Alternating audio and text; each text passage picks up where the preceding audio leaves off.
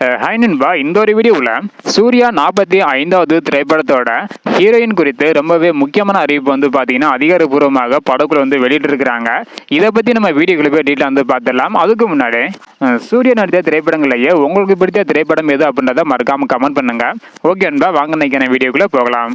Okay அன்பா, நேற்று பார்த்தீங்கன்னா த்ரிஷா மேம் தன்னோட திரைப்பயணத்தை 22 ஆண்டுகள் நிறைவு செஞ்சிருக்கிறாங்க.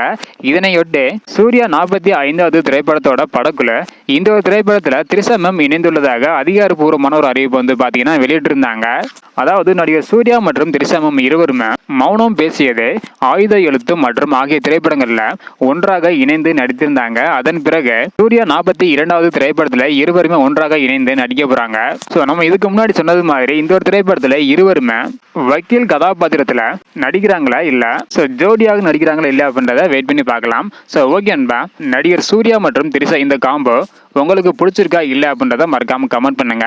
இந்த வீடியோ பார்த்தீங்கன்னா மறக்காம எல்லாருக்குமே ஷேர் பண்ணுங்க. ஓகே அன்பா, தேங்க்யூ.